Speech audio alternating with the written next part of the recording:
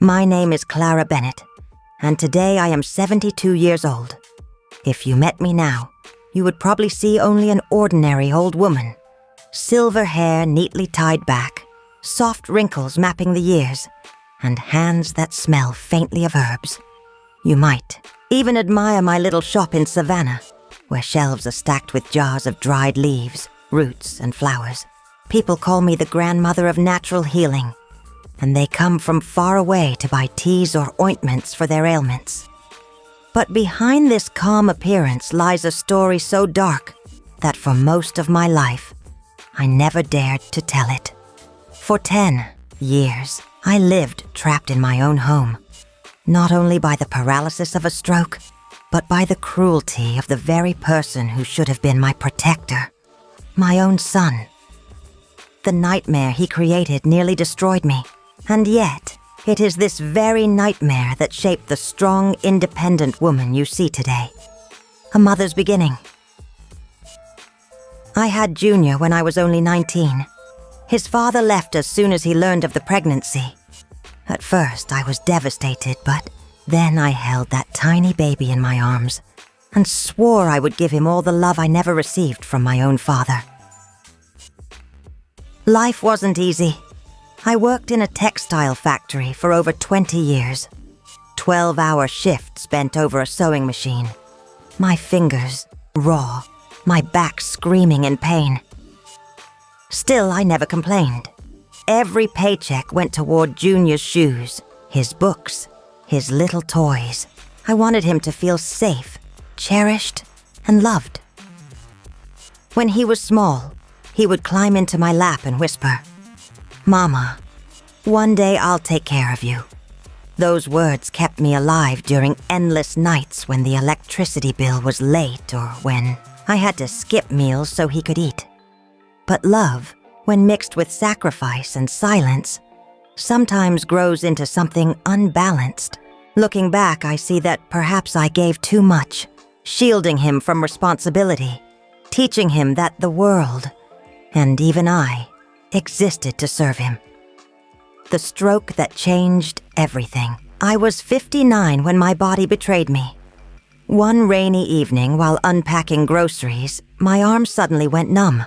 My tongue felt heavy. My words slurred. And then everything went dark. It was a stroke. When I woke up in the hospital, half of my body was paralyzed. The doctors told me I would never fully recover. "You'll need assistance for daily activities," they said gently, as if soft words could cushion the blow. Junior stepped into that role immediately. Or at least, that's how it appeared. He moved back into the house, told neighbors he had put his life on hold to care for me. Everyone admired him. "What a wonderful son," they said. So many abandoned their parents. But Junior stayed. I believed them. I believed him. At first, he was attentive. He helped me dress, prepared meals, handled my medicine. I thanked God for giving me a son so devoted. I told myself I was lucky.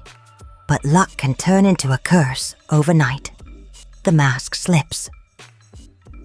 The first cracks appeared quietly. He began controlling every aspect of my life. He decided when I ate, what I wore, and who could visit. At first, it seemed like care. But soon, it became clear. It was control. He stopped letting my friends come over. "You need rest, Mama," he'd say. "Too much noise is bad for your blood pressure." One by one, visitors were turned away until the house was silent, except for his voice. When neighbors waved through the window, I tried to signal with my eyes. But Junior always stood nearby. If he noticed, he'd loudly declare, "Mama's just tired today. I already gave her medicine." The truth was darker. The abuse. I will not describe every detail because some wounds cannot be reopened without bleeding again. But know this, Junior used my paralysis to his advantage. He pretended to give me physical therapy, touching me in ways that had nothing to do with healing. He told me I needed special relaxation to prevent another stroke. At night, he would come to my room, whispering that it was for my own good, that if I resisted, I would get worse. Imagine lying in bed, unable to move, pretending to be asleep, while the person you loved most in the world became your tormentor. That was my reality, and I could tell no one. Who would believe me? A half-paralyzed old woman, accusing her devoted son. He was admired in the community, praised as a saint. If I tried to say anything, he would glare at me with that cold, threatening look that said, "Try it, and you'll pay later." So I stayed silent for 10 years. The prison of shame. You may ask, why didn't you scream? Why didn't you tell the doctor? I tried. Once I whispered into the phone when he wasn't looking, but my words were slurred from the medicine he gave me. The operator didn't understand. Junior caught me and threatened to tie me to the bed. Another time, during a doctor's visit, he stayed by my side, answering questions for me. "She's confused sometimes," he told the doctor with a smile. "I take notes for her." The doctors believed him. They saw only a dedicated son. The shame was unbearable. To admit what was happening felt impossible. The world expects mothers to protect their children, not accuse them. What kind of mother says her son is her rapist? Even I questioned my sanity at times. And so, I endured. A glimpse of hope. After 8 long years, fate intervened. One day, my neighbor Mrs. Johnson stayed home sick from work. Through the thin walls, she heard my desperate screams during one of Junior's attacks. She rushed over, pushed her way into the house, and saw me, sweaty, bruised, eyes red from crying. She didn't believe Junior's excuses. She called 911. At the hospital, for the first time in 8 years, a doctor insisted on examining me alone. Away from Junior's eyes, I finally nodded yes when asked if I was being hurt. The forensic tests confirmed it. Years of abuse marked my body. Junior was arrested. The mask of the devoted son crumbled. Reflection. Looking back, I often ask myself, how did I survive 10 years of hell? The answer is simple. I clung to hope. Even in silence, even when no one believed me, a tiny voice inside whispered, "One day, this will end." That whisper kept me alive. And now, as I sit here at 72, telling you my story, I know that whisper was right. This is only the beginning of my journey. What happened after Junior's arrest? The court battles, the slow path of recovery, the rediscovery of independence, would shape me into the woman I am today. But you must first understand the depth of the darkness to appreciate the light that followed. The days that followed my stroke turned into a strange blur of fear, dependency, and confusion. At first, I had been grateful for the constant presence of someone who promised to care for me, but that gratitude soon twisted into dread. Each morning I would wake up to the sound of footsteps approaching my bed, and even before the words were spoken, my body knew what was coming. The care that was supposed to protect me became a weapon of control. I depended on him even for the simplest things, going to the bathroom, eating, adjusting my pillow. My body no longer obeyed me the way it once had, and that weakness was used against me at every moment. He claimed to have researched rehabilitation exercises on the internet, insisting that he knew what movements were necessary to prevent me from becoming fully paralyzed. But his so-called physical therapy sessions always crossed boundaries. Instead of focusing on real exercises, his hands wandered, pressing and pulling in ways that filled me with shame. When I objected, his voice would harden, accusing me of being ungrateful. "Do you want to recover or not?" he would say. And the terrifying part was that I needed him. Without his help, I couldn't even get out of bed. Nights were the worst.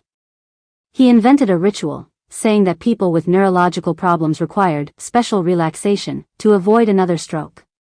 It sounded absurd, but he spoke with such authority that I doubted my own instincts. I would close my eyes, pretend to sleep, and hope he would leave me alone. But he always knew. "Don't pretend," he would whisper. "I can tell when you're awake." And so the torment continued. I tried to signal for help in small, desperate ways.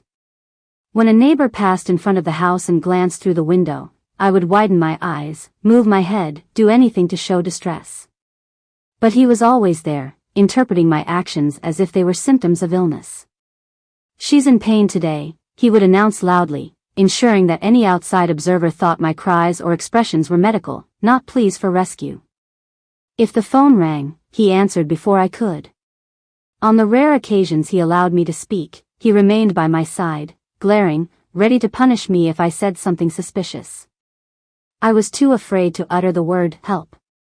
The medication was another form of control. He gave me pills that I hadn't seen prescribed by any doctor, calling them vitamins or supplements. Each time I swallowed them, my mind grew hazy, my body heavy, my willpower fading. It was as if he wanted to erase the last fragments of resistance I had. When I tried to resist his touch, I barely had the strength to raise my arm. Even my voice betrayed me, slurring from the fog of whatever substances he was giving me. Gradually, my world shrank until it was only him and me inside that house. Friends and relatives who once visited were turned away one by one. He told them I couldn't receive visitors because noise disturbed me, or that the doctor had ordered strict rest. Some believed him completely, praising him for his dedication. Others tried to insist, but he always had an excuse, and eventually, they stopped coming. I was left in silence, trapped in four walls, with my tormentor as the only human contact I had. Once, in a rare moment of courage, I managed to reach the phone when he had stepped outside. My hand trembled as I dialed emergency services, my speech broken and weak. But the operator couldn't understand me. She asked me to repeat myself, and by then, he had returned. When he saw the phone in my hand, his expression changed into something colder than anything I had ever seen. He snatched it away and hissed, "Do that again, and I'll tie you to this bed. Everyone will think you're losing your mind because of the stroke." His threats weren't empty. I believed him, and that belief kept me paralyzed with more than just illness. The years passed in that suffocating routine. He built an image outside the house that contrasted brutally with the reality I lived. To neighbors, he was the devoted caretaker, the son who gave up his own life for his mother. People admired him, calling him an example of selflessness.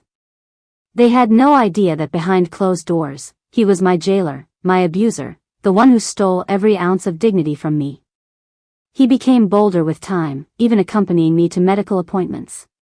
At the doctor's office, he refused to leave my side, insisting I would panic without him. He answered every question before I could speak, painting a picture of a woman improving under his care.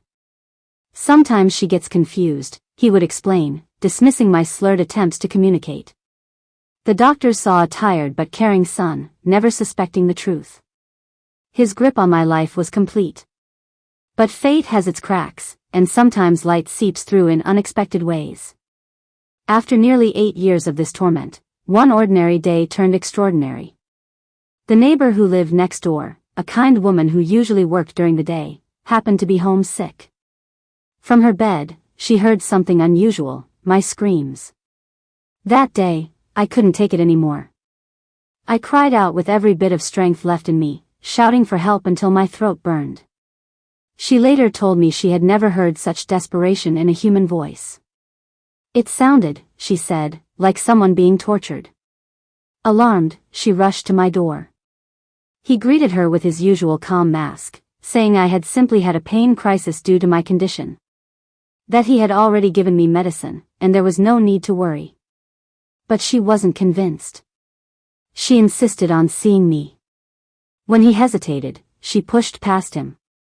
What she found in that room couldn't be hidden by words. I was drenched in sweat, red-eyed from crying, with faint marks on my neck. My gaze locked onto hers, pleading silently. She immediately declared she was calling an ambulance. He tried to dissuade her, but she ignored him. She stayed by my side, holding my hand until help arrived. At the hospital, doctors examined me. One physician in particular noticed that something didn't add up. My stress levels, my physical condition, they didn't match the story of a woman supposedly cared for by a dedicated son. He asked direct questions, but again, my speech betrayed me. This time, however, he insisted that my caregiver step out of the room. For the first time in years, I was alone with someone who might actually listen. When the doctor gently asked if someone was hurting me, tears streamed down my face. My voice broke, but I managed to nod. He asked if it was the person who had brought me there. I nodded again. Step by step, through nods, tears, and fragmented words, I revealed the truth. The hospital staff, doctor, social worker, and psychologist, believed me. For the first time in 8 long years, someone truly believed me. When confronted, he denied everything. He claimed I was delusional, that my mind was inventing stories because of the stroke. He accused me of being ungrateful, of betraying the very person who sacrificed everything for me. His lies were smooth, convincing, and for a moment I feared they might win. But the examinations told a different story. Medical evidence revealed scars, injuries, and signs of abuse both old and recent. The mask he had worn for so long finally cracked. Through official statements. Detectives visited me in the hospital with notepads and stern faces. They asked me to recount dates, details, moments I had tried for years to bury deep inside. Each question was a wound reopening. Sometimes I screamed, sometimes I shook so violently they had to stop the interview. Yet I forced myself to continue, because I wanted the truth recorded. Court proceedings followed soon after. He denied everything with the same coldness he had shown me at home. His lawyers painted him as a devoted caretaker accused unfairly by a confused, sick woman. They argued that my memories were tainted by medication, that my stroke had left me delusional. It was a strategy designed to silence me once again, to make the world doubt my voice. But this time, I wasn't alone. The medical reports, the psychologist's testimony, and above all, the neighbor who had burst into my home and seen me in that moment of desperation, these became my shield. The evidence showed bruises and marks inconsistent with normal care. Doctors testified about stress levels far too high for a patient supposedly being nurtured. The neighbor described the screams she had heard, the sight of me drenched in sweat, the marks on my neck. Piece by piece, the mask he had worn for so long crumbled. Sitting in the courtroom, I felt both terrified and strangely powerful. I was no longer the silent prisoner in the bed. I was a witness to my own survival. My voice, though still shaky and slow from the stroke, carried the weight of truth. Each time I answered the prosecutor's questions, I reminded myself, I am not the one on trial. He is. The verdict came months later. Guilty. The word echoed in my ears like music I never thought I would hear. He was sentenced to years in prison, and though no punishment could erase what I had endured, it meant he could no longer control me. Yet freedom was not simple. After the trial, police were called, and he was arrested right there in the hospital. I watched as they placed handcuffs on him, his face contorted in outrage, shouting that I was crazy, that he would sue everyone. But his words no longer mattered. The truth was finally out, and he could not erase the years of pain marked on my body and soul. For the first time since the stroke, I felt the faintest glimmer of hope. I was 48 years old, fragile, trembling, but alive, and no longer under his control. The day he was taken away in handcuffs should have felt like the end of a nightmare, but in reality, it was only the beginning of another battle. Freedom doesn't come immediately when you have been chained for so long. My body may have been removed from his reach, but my mind remained locked in the prison he had built for me. In the hospital, after the arrest, the staff treated me with a mixture of compassion and caution. They spoke softly, as though afraid that too much noise might shatter me completely. A psychologist came every morning, encouraging me to share what I had lived through. At first, the words caught in my throat. How could I explain a decade of horror? How could I describe the daily humiliations, the nights of terror, the way I lost not only control of my body but of my identity? Each time I tried, I broke down in sobs. But slowly, piece by piece, I began to speak. I described the isolation, the strange pills, the threats. I spoke about the invented therapies, the excuses he gave to neighbors, the way he cut me off from the world. The psychologist listened without judgment, nodding, sometimes holding my hand when I trembled too much to continue. She told me something I will never forget: what happened to you was not your fault. You survived.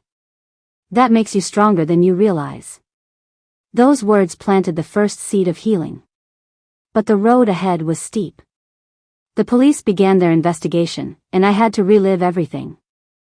Through official statements. Detectives visited me in the hospital with notepads and stern faces. They asked me to recount dates, details, moments I had tried for years to bury deep inside. Each question was a wound reopening. Sometimes I screamed, sometimes I shook so violently they had to stop the interview. Yet I forced myself to continue, because I wanted the truth recorded. Court proceedings followed soon after. He denied everything with the same coldness he had shown me at home. His lawyers painted him as a devoted caretaker accused unfairly by a confused, sick woman. They argued that my memories were tainted by medication, that my stroke had left me delusional.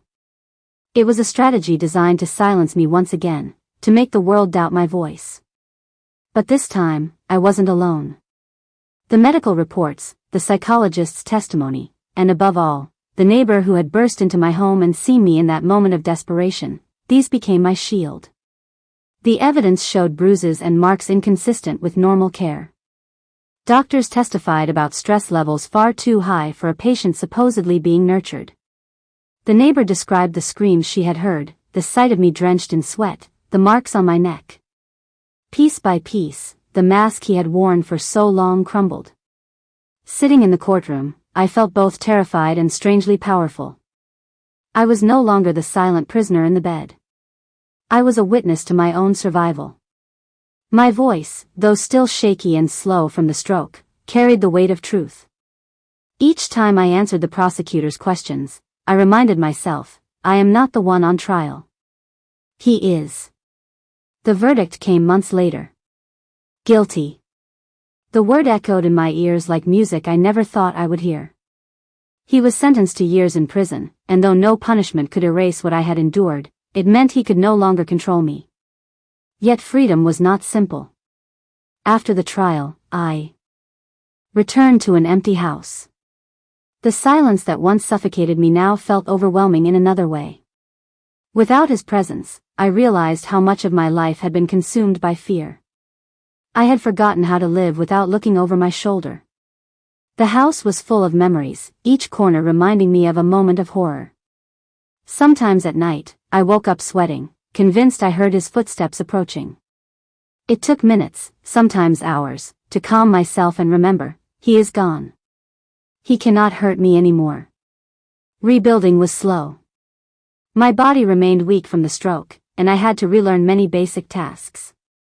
With the help of physical therapists and supportive friends who returned to my life once they learned the truth, I began to regain strength. Simple achievements, holding a spoon steadily, walking a few steps with support, writing shaky letters on paper, felt monumental. Each victory reminded me that I was reclaiming my independence piece by piece. Emotionally, the scars ran deeper. Shame clung to me, whispering that I should have fought harder, that I should have found a way to escape sooner. The psychologist reminded me again and again that survival itself was proof of strength, not weakness. But shame doesn't vanish easily. It takes time, patience, and forgiveness, especially self-forgiveness. Community became my anchor. People who once thought of me only as a cheerful woman selling herbs at the market now saw a survivor. Some cried when they learned the truth, apologizing for not noticing the signs sooner. Others offered meals, rides, company on lonely days. Slowly, I realized that not everyone had abandoned me, he had only made me believe that. At the age of 49, I stood at a crossroads. I could choose to let my life remain defined by the decade of torment, or I could choose to build something new out of the ruins. I decided to fight for the latter. I threw myself into learning again about herbs, about natural healing, about the plants that had once given me joy. Mixing teas and preparing remedies became not only my livelihood but also my therapy. Each leaf and root reminded me of resilience, of how nature heals even after the harshest storms. But perhaps the most important step came when I began to speak publicly about my story. At first, it was only to small groups, support circles for women who had survived abuse, therapy sessions where others shared their own experiences. The first time I said out loud what had happened to me, my whole body shook, but when I looked around and saw the tears and nods of understanding, I realized I wasn't alone. Others had walked through their own hells. My courage gave them courage.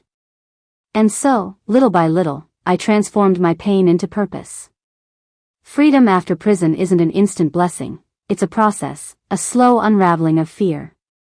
By the time I reached my early 50s, 3 years had passed since the trial, but the echoes of those years under his control still lived inside me. Every creak of a floorboard, every unexpected knock on the door, every male voice raised in anger, even if it wasn't directed at me, could send a shiver down my spine.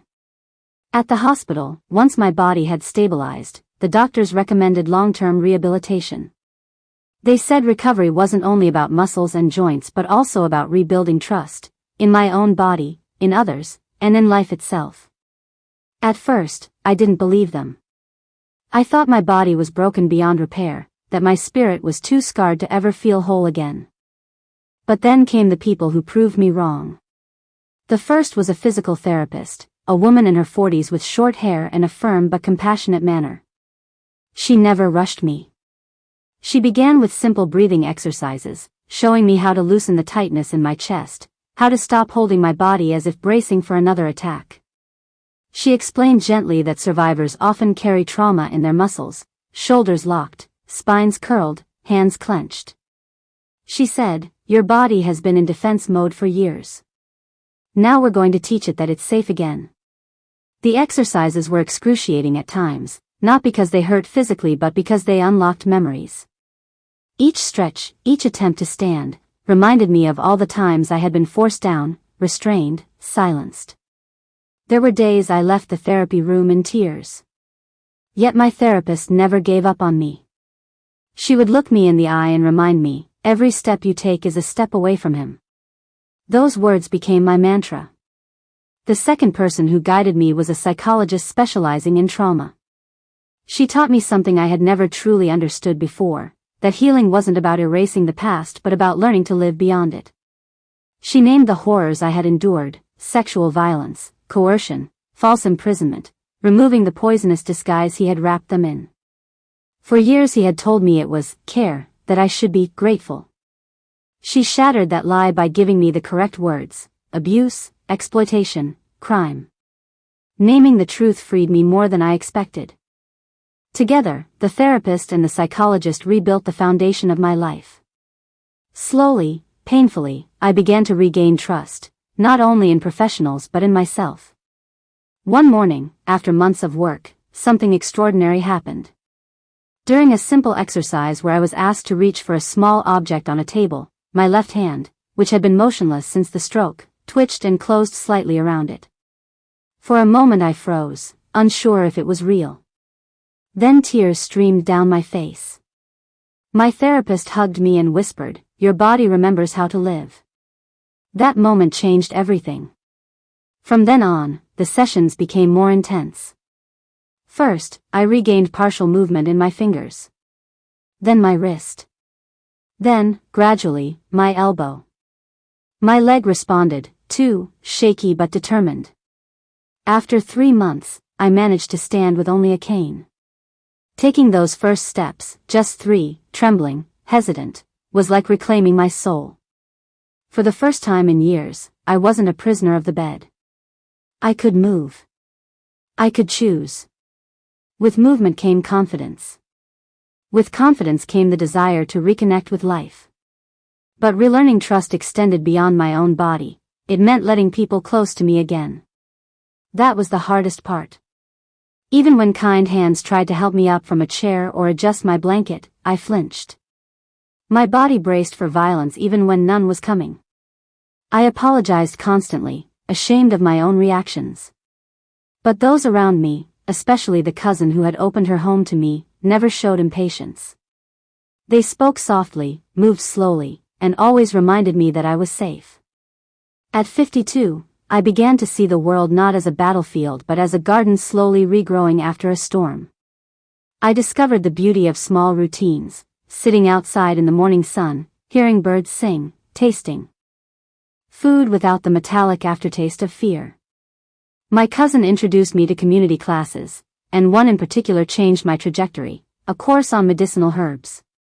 Plants had always been part of my life, but I had forgotten their magic during the dark years. In that classroom, surrounded by jars of dried leaves and roots, I felt a spark of joy return. Learning how to prepare teas for headaches, ointments for sore muscles, and tinctures for anxiety gave me a sense of purpose I hadn't felt in decades. For the first time, people praised me not for surviving but for knowing, for teaching, for healing. That praise was a balm to my soul. The more I learned, the more I wanted to share.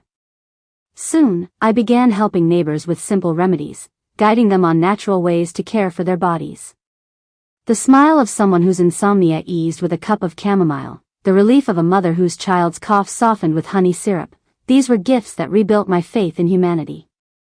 I was no longer defined only by what I had endured. I was becoming someone new. Yet, even as I healed, the shadow of the past lingered. His trial had ended with a conviction, but whispers reached me from time to time about his appeals, about his behavior in prison. Some said he had found religion behind bars, that he claimed to regret everything. Others said he continued to play the victim, blaming me for destroying his life.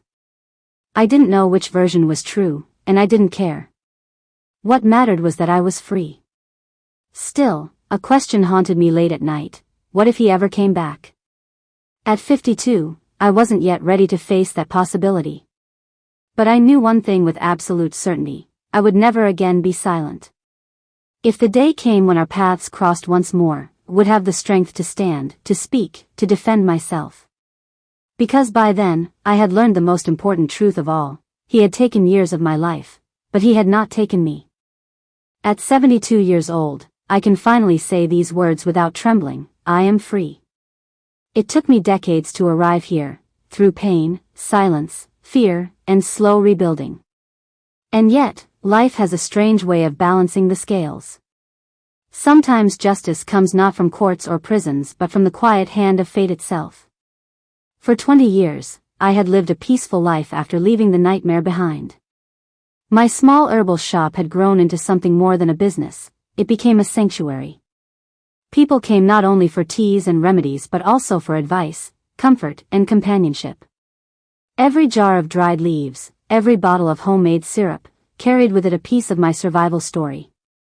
My cousin became my closest friend, helping me run the store and the home we shared. I had a circle of women who met weekly in the back room, where we spoke of scars and survival, encouraging one another to keep moving forward. For the first time in decades, happiness felt natural. I even discovered companionship with a kind man who respected my past and cherished me for who I had become. With him, I learned that love didn't have to hurt, didn't have to dominate, didn't have to break me. It could simply be gentle, steady, supportive. Then one morning, as I arranged jars of ointments on the shelves, I heard a voice I knew too well. It was weaker now, trembling, but it carried the same undertone that had once commanded fear in me. I turned, and there he was, my son. Or rather, the shell of the man who had once ruled my life like a tyrant. He stood leaning on a cane, his body shrunken, his skin yellowed, his hair thin and gray. His eyes were hollow, desperate. Gone was the strong figure who once used his power against me. In his place was a broken man, ravaged by disease. He called me mother, his voice cracking. He told me he was sick, diagnosed with multiple sclerosis. That his body was betraying him, leaving him weak, unable to work, unable to care for himself. He begged for help, saying he had no one else in the world. For a long moment, I simply looked at him. I expected anger. I expected fear. Instead, what I felt was nothing. A cold clarity, a calm that surprised even me. I let him speak, about his suffering, his loneliness, his regret. But I had heard enough lies in my life to recognize the difference between true remorse and self-interest. His tears weren't for the decade he had stolen from me. They were for the comforts he no longer had, the care he now wanted. Finally, I spoke. My voice was steady, stronger than it had ever been during all those years of silence. I reminded him of the nights I had begged for mercy, of the years he had used my weakness as his weapon. I told him that what he had called care had been abuse, that his cruelty had left scars no medicine could erase. And I told him the truth he least wanted to hear, that the boy I once loved had died long ago. What stood before me now was only a stranger. His face crumpled as he realized I would not give him what he wanted. He tried to appeal to my faith, to my compassion, to my fear of what others might think. But none of it worked. I had already taken back the power he once stole. I told him to leave my shop and never return. That if he needed help, he could seek it from the government, from institutions, from professionals. But from me, the woman he had tormented for a decade, he would receive nothing. He stumbled away, sobbing. I did not follow. I did not regret. Later I learned he had been placed in a public nursing home, one of those underfunded institutions where overworked staff do what they can with too little. He lives now as I once did, dependent, vulnerable, waiting on others for the simplest of needs. That is not cruelty. That is balance. That is life teaching him the lesson he refused to learn when I begged for dignity. And me? At 72, I stand tall. My store continues to flourish. My cousin is still by my side, a sister in all but blood. My partner brings me flowers each week and reminds me what gentle love feels like. The women's group I founded has helped dozens escape abusive relationships, proving that even the deepest wounds can be turned into weapons of strength. My life today is not defined by tragedy. It is defined by victory. When I look in the mirror, I no longer see a victim.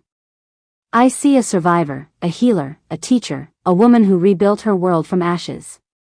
I see someone who refused to let evil have the final word. And if you ask me what the sweetest revenge is, I will tell you this: to live well. To smile. To love. To thrive. To turn pain into purpose. That is the legacy I choose to leave.